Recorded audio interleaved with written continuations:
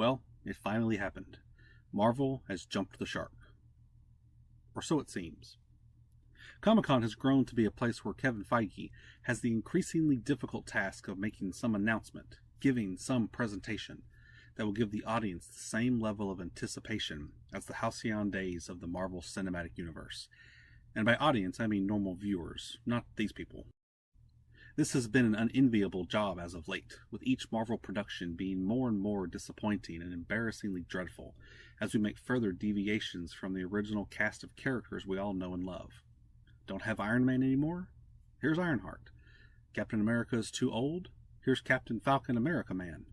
Black Widow gone? Here's a younger Black Widow. Unfortunately, the audience hasn't been nearly as enthusiastic for these new offerings as Marvel has. Years ago, Kevin Feige said that the true mark of the failure of the MCU would be him bringing back dead characters, such as Robert Downey Jr. as an alternative version of Iron Man. That would be the true sign that what Marvel was doing just wasn't working, and would be proof that they had only one final option: bringing back dead characters to gin up nostalgia. The nuclear option. Well, to his credit, Feige didn't do that, but only just barely.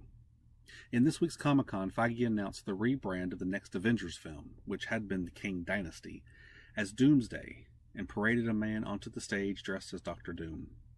To the roars of the gathered crowd, the man removed his mask to reveal Robert Downey Jr. Everyone, take heart. Feige still hasn't done what he said would signal the end of the MCU. RDJ isn't playing Iron Man.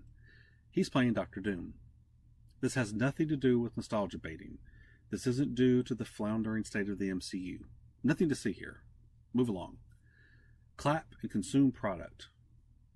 In all seriousness, this is obviously an attempt at cheap accolades due to Robert Downey Jr.'s popularity. Will it work?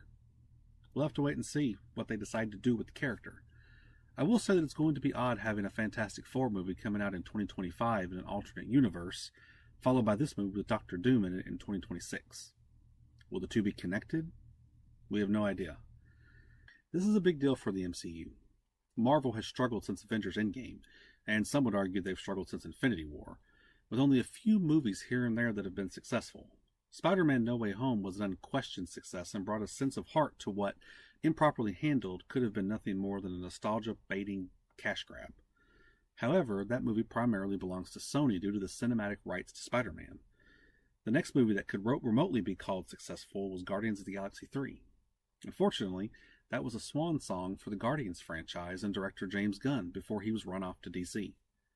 The next success story is Deadpool and Wolverine, currently in theaters, which is a similar swan song for the Deadpool character and is a holdover from a defunct studio. That's right. The three biggest successes post-Endgame are from a movie Disney doesn't own, a movie from a director that's no longer with the company, and a movie that's harkening back to a previously established franchise from a different studio. That's a bad spot to be in. Add to that the fact that the only other billion-dollar property Disney has enjoyed in that span of time is Avatar 2, which came from the 20th Century Fox purchase.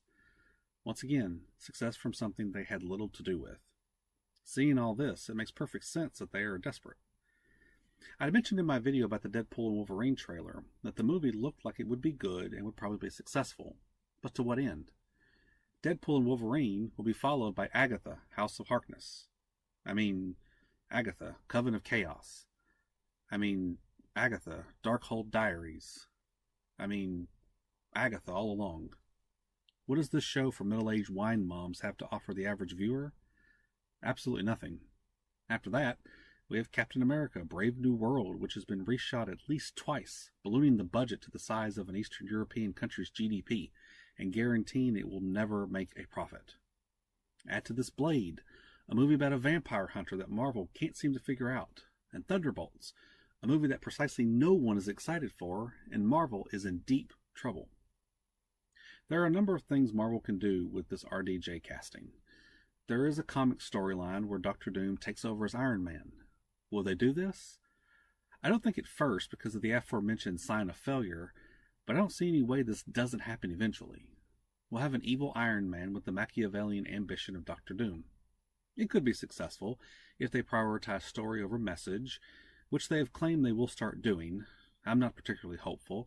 After all, Hollywood has a major ideology problem that I don't see them correcting so easily. The Marvel Cinematic Universe is on its last leg and may already be dead. We frequently can't tell these things as they're happening and can only be declared after the fact. Movie proceeds are falling and profitability is falling even faster. Kevin Feige is hoping that this is the silver bullet to solve some of their problems. We'll see just how true that is. What do you think about this development? Are you hopeful about Marvel's future? Let me know down below. Thank you for watching.